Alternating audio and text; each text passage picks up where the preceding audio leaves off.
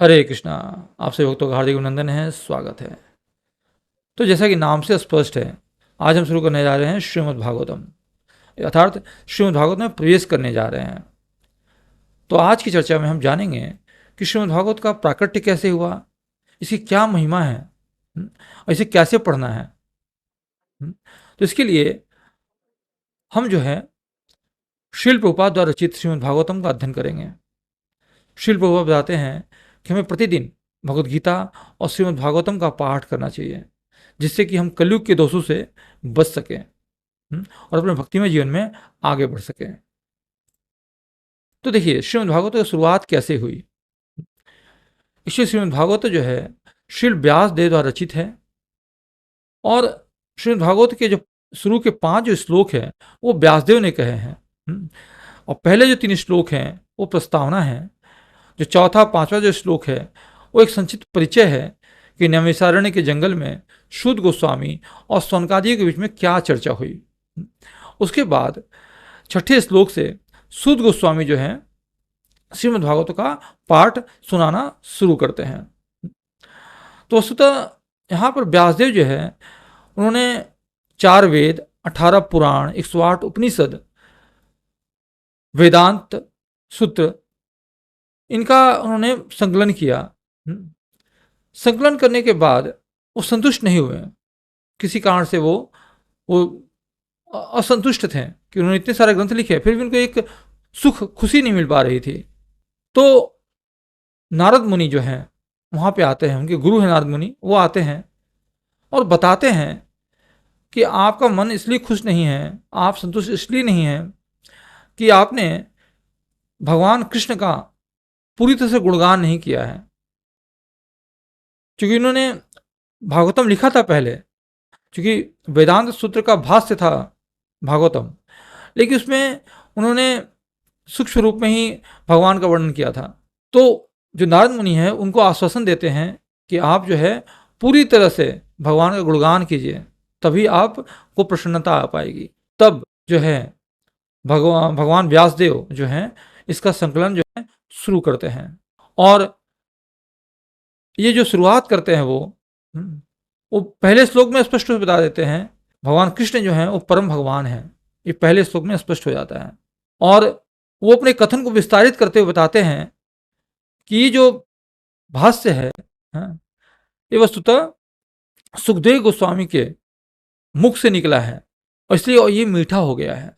क्योंकि जो श्री व्यासदेव हैं वो जो सुखदेव गोस्वामी द्वारा जो बोला गया है भागवतम, उसको उन्होंने संकलित कर दिया पूरे भागवतम में।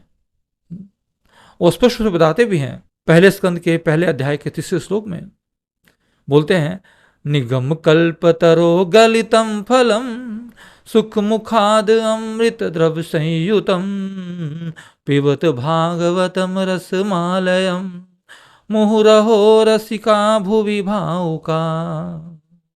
वो घोषणा करते हैं, हे विज्ञ यानी हे विद्वान जनों, हे भावुक जनों, सुनो आप लोग। बोलते हैं कि यह कल्प वृक्ष के का जो ये फल है श्रीमद् भागवतम को जरा चखो तो।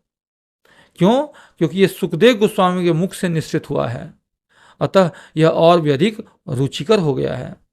तो ऐसा क्यों बोला उन्होंने?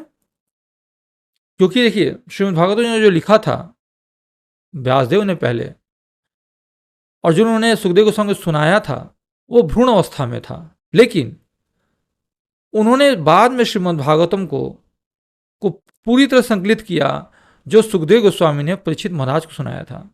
लेकिन ये इन्होंने पहले लिख दिया था।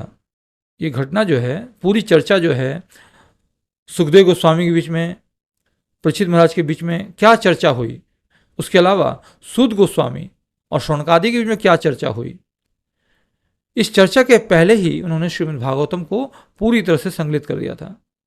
क्यों? क्योंकि जो व्यासदेव हैं वो त्रिकालदर्शी थे, उनको भूत भविष्य का ज्ञान था, उनको पता था। इसलिए उन्होंने घटना से पहले ही, जो परीक्षित महाराज की जो घटना आती है उसके पहले ही उन्होंने श्रीमद् भागवतम लिख दिया था। अब आप कोई अजीब सा लग सकता है कि ऐसा कैसे हो सकता है। तो देखिए, जो दिव्य होते हैं, लोग होते हैं, उनको उनको पता होता है भूत और भविष्य के बारे में। हम देखते हैं रामायण भी वाल्मीकि मुनि ने राम के आने से पहले लिख दिया था। यहाँ तक कि इस श्रीमद् भागवतम में भी सुखदेव गोस्वामी ने 12वें स्कंद में भविष्य में होने वाली घटनाओं का वर्णन किया है। यहाँ तक कि सनातन गोस्वामी ने बृहद भागवतामृत में स्पष्ट रूप से बताया है कि महाराज परीक्षित ने अपनी माँ उत्तरा को श्रीमद् भागवतम का निष्कर्ष सुनाया था। यानी कि 4500 साल पहले का जो घटना है वो सनातन गोस्वामी के हृदय में प्रकट हो गई। और यहाँ तक कि हमारे आचार्य श्रील भक्ति विनोद ठाकुर ने अपने जो ग्रंथ जैव धर्म में उन घटनाओं के बारे में लिखा है जो उनके समय से सैकड़ों साल पहले घटित हुई थी। अर्थात जो दिव्य आत्माएं होती हैं उनको पहले से इसका आभास हो जाता है कि भविष्य में क्या घटनाएं घटने वाली है। सामान्य मनुष्य को इन चीज़ों के बारे में पता नहीं होता, इसलिए वो संदेह व्यक्त करते हैं। लेकिन हमें समझना चाहिए इन चीज़ों के बारे में कि जब भगवान हृदय प्रकट होते हैं, जब कोई भक्ति करता है, कोई जप करता है, कोई साधना करता है, तो वस्तुतः भगवान ही उनका मार्गदर्शन करते हैं। उनके हृदय में भूत, वर्तमान और भविष्य सब कुछ प्रकट हो जाता है, सारी घटनाएं प्रकट हो जाती हैं। तो इस तरह से जो है श्रीमद् भागवतम जो है वो प्रकट हुआ। लेकिन इसके ही पहले जब ब्रह्मा सृष्टि करना चाह रहे थे, तो उन्होंने भगवान से प्रार्थना की। भगवान ने उनको तप करने का आदेश दिया था। और जब भगवान प्रकट हुए तो उन्होंने ब्रह्मा को चतुश्लोकी भागवत सुनाया। उसी चतुश्लोकी भागवत को नारद ने श्रील व्यासदेव को सुनाया और व्यासदेव ने सुखदेव गोस्वामी को सुनाया और सुखदेव गोस्वामी इसका विस्तार कर दिया, जिसका संकलन बाद में व्यासदेव ने पूरी तरह से किया, जो हमारे वर्तमान में हमारे सामने प्रस्तुत है। अब यहाँ पर देखते हैं कि किनके किनके भी संवाद हुआ श्रीमद् भागवतम में। जैसे मैंने बताया कि व्यासदेव ने पहले कैंटो के जो 5 श्लोक है वो कहें, फिर जो है संवाद चेंज होता है, फिर सुध गोस्वामी और सौनकादि ऋषियों के बीच में कथा शुरू होती है और इनकी जो चर्चा आती है वो स्कंद 1 में आती है और फिर स्कंद 12 में से लेकर अंत तक ये चलती है इनकी चर्चा। फिर सुखदेव और परीक्षित महाराज से की कथा का प्रसंग ले आते हैं वो, जो कि दूसरे कैंटो से लेके 12वें कैंटो तक चलती है। उनके बीच संवाद चलता है और फिर बीच में और भी संवाद होते हैं, जैसे विदुर मैत्रेय संवाद जो कि तीसरे स्कंद में आता है, तीसरे चौथे स्कंद में आता है। फिर नारद युधिष्ठिर संवाद होता है जो 7वें स्कंद में आता है। फिर नारद वसुदेव संवाद होता है जो कि 11वें स्कंद में आता है। फिर कृष्ण उद्धव संवाद होता है, वो भी 11वें स्कंद में आता है, जिसे उद्धव गीता भी कहा जाता है। इस तरह से विभिन्न व्यक्तियों के बीच में संवाद होता है इसमें। लेकिन जो मुख्य जो चर्चा होती है उसी के बीच में ये सारे जो प्रसंग आते हैं, अलग अलग संवाद आते हैं। ठीक है, तो इस तरह से विभिन्न संवाद जो हैं श्रीमद् भागवतम में प्रकट होते हैं। अब आगे हम जानते हैं कि ये जो है श्रीमद् भागवतम, ये हम बद्ध जीवों के लिए किस प्रकार लाभकारी है। तो वस्तुतः ये जो श्रीमद् भागवत है ये मृत्यु से पहले और मृत्यु के बाद और बीच की अवस्था में हर पल हमारा साथ देने वाला है। इस कलयुग के दोषों से निवृत्त करने के लिए ये सर्वथा लाभकारी है, तो हमें इसे अपनाना चाहिए। अब कैसे ये मृत्यु से पहले लाभकारी है, कैसे ये कलयुग के दोषों का निवारण कर सकता है,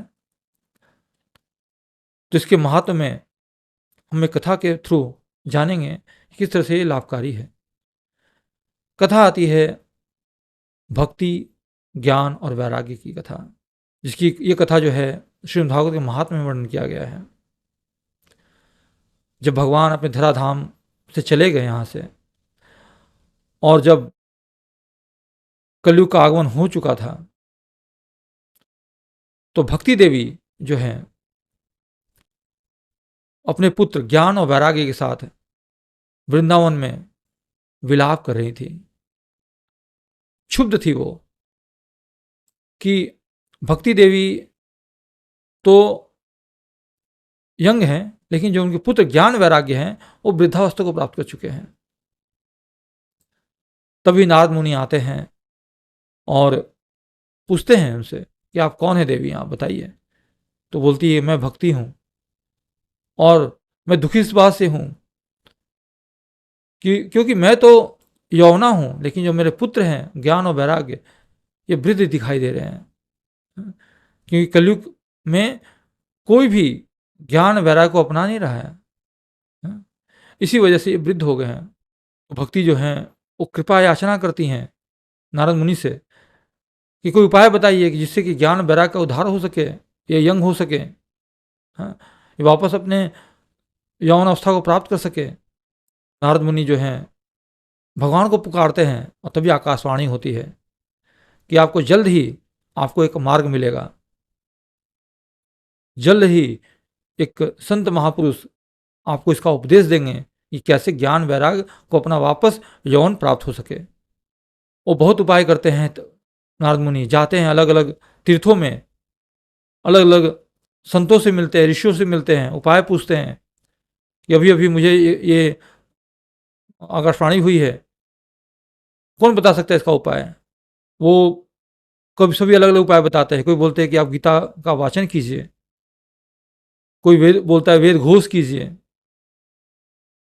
लेकिन फिर भी ज्ञान वैराग्य का यौन अवस्था प्राप्त नहीं हो पाती। तब नारद मुनि सोचते हैं कि लगता है मुझे तपस्या करनी पड़ेगी। वो तपस्या को बैठने के ही होते हैं, तभी 4 कुमार आ जाते हैं वहां पर, सनत कुमार आ जाते हैं और वो नारद जो हैं उनसे याचना करते हैं कि आप तो भगवान के शुद्ध भक्त हैं, आप ही उपाय बताइए कि क्या उपाय हो सकता है। तब सनत कुमार जो हैं बोलते हैं कि आपको इसके लिए ज्ञान यज्ञ करना पड़ेगा, अर्थात श्रीमद् भागवत की कथा करनी पड़ेगी। इसी के माध्यम से जो ज्ञान वैराग की जो वापस यौनावस्था प्राप्त हो सकती है। आपको इसके लिए हरिद्वार जाना पड़ेगा। हरिद्वार में आनंद घाट है, वहां पे जाके आपको ये कथा करनी चाहिए। तो फिर सभी चारों कुमार नारद मुनि के साथ वहां जाते हैं और सनत कुमार आश्वासन देते हैं कि भक्ति अपने आप चली आएगी यहाँ पर जब ये कथा शुरू होगी तो। और नारद मुनि आग्रह करते हैं चारों कुमारों से कि आप ही कथा करिए। तो फिर वो सनत कुमार जो हैं श्रीमद् भागवत की कथा प्रारंभ करते हैं 7 दिनों के लिए, सप्ताह जो होता है वो शुरू करते हैं।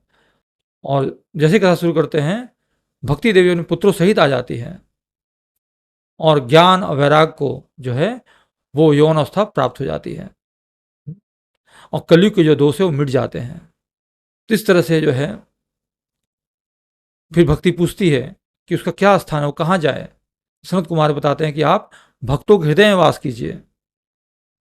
जब भक्तों के हृदय में वास करेंगे तो वहां पर कलयुग का प्रवेश नहीं हो पाएगा और फिर धीरे धीरे ज्ञान और वैराग्य अपने आप प्रकट होगा जब भक्ति आएगी तो, जब उनकी चेतना शुद्ध होगी तो।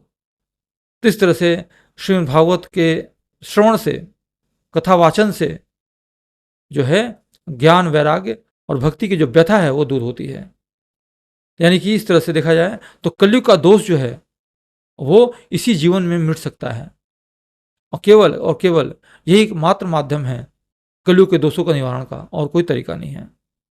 फिर आगे जो है सनत कुमार कथा सुनाते हैं कि चलो जीवन जब तक है तब तो ठीक है, ये कथा लाभकारी है, तो क्या मृत्यु के बाद भी ये कथा लाभकारी हो सकती है। इस पर वो कथा सुनाते हैं गौकर्ण और धुंधकारी की कथा। तो बताते हैं कि एक आत्मदेव नाम का ब्राह्मण था जो कि धनी था, लेकिन फिर भी भिक्षाटन के माध्यम से ही अपनी जीविका वो चलाता था। उनकी एक पत्नी थी धुंधली, जो झगड़ालू टाइप की थी, कर्कशा थी और झूठ बोलने वाली थी, धन की लोभी थी। लेकिन आत्मदेव और उनकी पत्नी धुंधली को कोई पुत्र संतान नहीं था, इसलिए वो परेशान थे।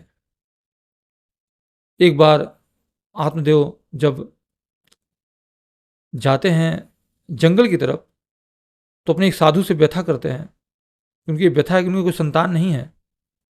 तो साधु जो है द्रवित होके उन्हें एक फल देता है कि जाओ इस फल को अपनी पत्नी को खिला देना। लेकिन तुम्हारे जीवन में पुत्र सुख है नहीं, फिर भी तुम चाहते हो, इसलिए मैं तुम्हें ये फल दे रहा हूं। तो वो जाते हैं अपनी पत्नी को देते हैं धुंधली को कि फल खाओ। लेकिन वो धुंधली जो है इसलिए फल नहीं खाती क्योंकि संतान जब गर्भ में ठहरेगा तो घर का काम कौन करेगा, हाँ, उसे बहुत कष्ट होगा। ये सोचकर वो फल को खुद नहीं खाती, वो अपनी गाय को दे देती है और गाय वो फल खा लेती है। और अपनी बहन को जाके बोलती है, क्योंकि उसकी बहन गर्भवती थी, तो अपनी बहन को बोलती जो तुम्हारा पुत्र होगा वो मुझे दे देना, बदले में कुछ धन ले लेना। तो वो मान जाती है और अपने पुत्र को इसे दे देती है, धुंधली को। और उस पुत्र का नाम जो है धुंधली नाम रखती है धुंधकारी। आत्मदेव जो है बहुत खुशी मनाते हैं वो कि चलो उनको पुत्र हुआ। लेकिन जो धुंधकारी था वो बहुत ही दुष्ट था, कपटी था। हाँ, वो छोटे छोटे बालकों को पकड़ के कुएं में डाल दिया करता था, हिंसा करता था। इस तरह से जब वो बड़ा हुआ तो आत्मदेव को और धुंधली को भी वो सताने लगा। जब वो आत्मदेव परेशान हो गए तो वो गोकर्ण के कहने पे, क्योंकि जो गाय ने जो फल खाया था, तो गाय ने एक मनुष्य रूप में एक बालक को जन्म दिया जिसके गौ जैसे कान थे, इसलिए उसका नाम गोकर्ण पड़ा। तो उसी गोकर्ण ने अपने पिता आत्मदेव को सलाह दी कि आप जो है अब संन्यास मार्ग की ओर चलिए, आप भगवत प्राप्ति कीजिए। तो अपने पुत्र के कहने पे वो चले जाते हैं संन्यास की ओर। और फिर इधर गोकर्ण भी चले जाते हैं तीर्थाटन पे। और इधर जो उनका पुत्र धुंधकारी था अपनी माता को सताता था, धन के लिए लड़ता था। माता जो धुंधली है अपने पुत्र से परेशान हो गई और कुएं में गिरकर अपनी जान दे दी, उसने आत्महत्या कर ली उसने। बाद में जो धुंधकारी था उसने सारा धन नष्ट कर दिया और साथ ही साथ 5 वेश्याओं को अपने घर ले आया और धन को उन पर खर्च करता। धीरे धीरे धन भी समाप्त हो गया। बाद में वो चोरी करने लगा वेश्याओं कहने पर। एक बार धुंधकारी ने बहुत सारा धन चोरी किया और उन वेश्याओं के पास लाया। वेश्याएं डर के मारे कि ये जो धन है कहीं राजा का ना हो, ये सोचकर उसने क्या किया, धुंधकारी का को गला घोंट के उसकी हत्या कर दी और फिर एक कुएं में डाल दिया उसको और ऊपर मिट्टी रख दिया जिसे पता न चले। और बाद में वो धन लेके वो गायब हो गई। तो इस तरह से धुंधकारी जो है मारा गया और फिर प्रेत बन गया वो, और प्रेत बन के वो इधर उधर घूमने लगा और केवल वायु का पान करता था वो और परेशान रहने लगा भूख और प्यास से। बाद में पता चला जब इनके भाई गोकर्ण को, तो उन्होंने गया श्राद्ध किया, ब्राह्मणों को दान दिया, गौदान किया, लेकिन फिर भी धुंधकारी का उद्धार नहीं हुआ। एक बार तीर्थाटन करते हुए अपने घर पे आए वो और वहीं रुक गए। तो रात में जो धुंधकारी है अलग अलग वेश बना के, कभी घोड़े का कभी पंछी का, अलग अलग रूप बना के गोकर्ण के सामने वो आए। गोकर्ण ने पूछा तुम कौन हो? तो उसने बताया कि मैं आपका भाई धुंधकारी हूं। तो गोकर्ण को आश्चर्य हुआ कि अरे मैंने तो गया श्राद्ध किया, गौदान किया, ब्राह्मणों को दान दिया, ब्राह्मणों को भोजन कराया, फिर भी आपका उद्धार नहीं हुआ। तो उनको फिर गोकर्ण उपाय पूछते कि कुछ उपाय करो मेरे लिए जिससे कि मैं इस प्रेत योनि से मुक्त हो पाऊं। तो उन्होंने अलग अलग ब्राह्मणों से राय लिया कि क्या उपाय हो सकता है। तो एक ब्राह्मण ने बताया कि आप सूर्यदेव से पूछिए, वो आपको उपाय बता सकते हैं। क्योंकि गोकर्ण तपस्वी थे तो उन्होंने सूर्यदेव से पूछा। सूर्यदेव ने बताया कि आप श्रीमद् भागवत का वाचन कीजिए, पाठ कीजिए, सप्ताह करिए। सूर्यदेव के कहने पे वो श्रीमद् भागवत का पाठ शुरू करते अपने घर पे। और जो गोकर्ण है एक बांस में छिप के वो है श्रवण करता है श्रीमद् भागवत का। और भी वहाँ पर गांव के लोग थे, उनके परिजन थे जो इस कथा में भाग ले रहे थे। तो पहले दिन ही जब कैंटो 1 समाप्त हुआ तो क्या हुआ, बांस का जो है ना वो फटने लगा। फिर धीरे धीरे जब दूसरा तीसरा कैंटो समाप्त हुआ, जैसे ही 12वें स्कंद समाप्त हुआ, जो धुनकारी है वो एक स्वरूप में आ गया, वैष्णव रूप में आ गया। और इस तरह से वो प्रेत योनि से मुक्त हुआ। और तभी एक विमान आया धुंधकारी को ले जाने के लिए, और इस तरह से धुंधकारी जो है उसमें सवार होता है। लेकिन यहाँ पर गोकर्ण फिर प्रश्न करते हैं भगवान के दूतों से कि ये कथा तो सभी ने सुना, लेकिन आप केवल धुंधकारी को क्यों ले जा रहे हैं? क्या बाकी लोग इसके अधिकारी नहीं हैं? आप इस प्रकार भेद क्यों कर रहे हैं? तो भगवान के जो दूत हैं वो बोलते हैं, ये बहुत ही शिक्षाप्रद बात है। ये बोलते हैं कि हे गोकर्ण, ये जो कथा है ना ये सबने सुनी, लेकिन मनन जो है वो केवल धुंधकारी ने किया था। क्योंकि जब मनन करेंगे तभी इसका फल मिलता है, क्योंकि जितना मनन करेंगे उतना मुझे लाभ होगा। जबकि धुंधकारी ने क्या है, निराहार रहकर बांस के अंदर वो सुन भी रहा था और मनन भी कर रहा था। यानी कि जो भी सुना जाए उसका लगातार मनन और चिंतन करना जरूरी है, क्योंकि जो ज्ञान दृढ़ नहीं होता वो व्यर्थ हो जाता है। इस प्रकार ध्यान न देने से श्रवण का लाभ नहीं होता। अगर मंत्र पे संदेह हो तो मंत्र का लाभ नहीं होता, और अगर चित्त इधर उधर भटके तो जप का कोई फल नहीं मिलता। ये बताते हैं भगवान के दूत। क्योंकि धुंधकारी ने इसका जो श्रवण है ध्यान पूर्वक किया था, निराहार रह के किया था, और प्रत्येक का मनन भी किया था उसने, इसलिए इसका उद्धार संभव हो पाया है। यानी कि इस तरह से देखा जाए तो अगर कोई प्रेत योनि को प्राप्त है मृत्यु के बाद, तो इस तरह से उसकी मुक्ति संभव हो जाती है अगर हम भागवतम करते हैं तो उसके लिए। यानी कि मृत्यु से पहले और मृत्यु के बाद दोनों अवस्था में जो श्रीमद् भागवतम है वो सभी के लिए लाभकारी है। तो इस तरह से मैंने आपको बताया इसका महात्मा। अब प्रश्न उठता है इसकी शुरुआत कैसे की जाए। तो श्री प्रभुपाद बताते हैं कि हमें कभी भी श्रीमद् भागवतम को पढ़ते वक्त उछल कूद नहीं करना चाहिए। ऐसे तो श्रीमद् भागवत का प्रत्येक स्कंद जो है वो मिठास से भरा हुआ है, रस से भरा हुआ है। नहीं, फिर भी एक पाठक को चाहिए कि वो पहले स्कंद से स्टार्ट करे और धीरे धीरे क्रमशः बढ़े। पहले भगवान की महिमा का ज्ञान हो। नहीं तो बहुत लोग होते हैं कि सीधे 10वें स्कंद में पहुंच जाते हैं, तो उन्हें ऐसा नहीं करना चाहिए। ऐसा प्रभुपाद जो है आग्रह करते हैं पाठकों से।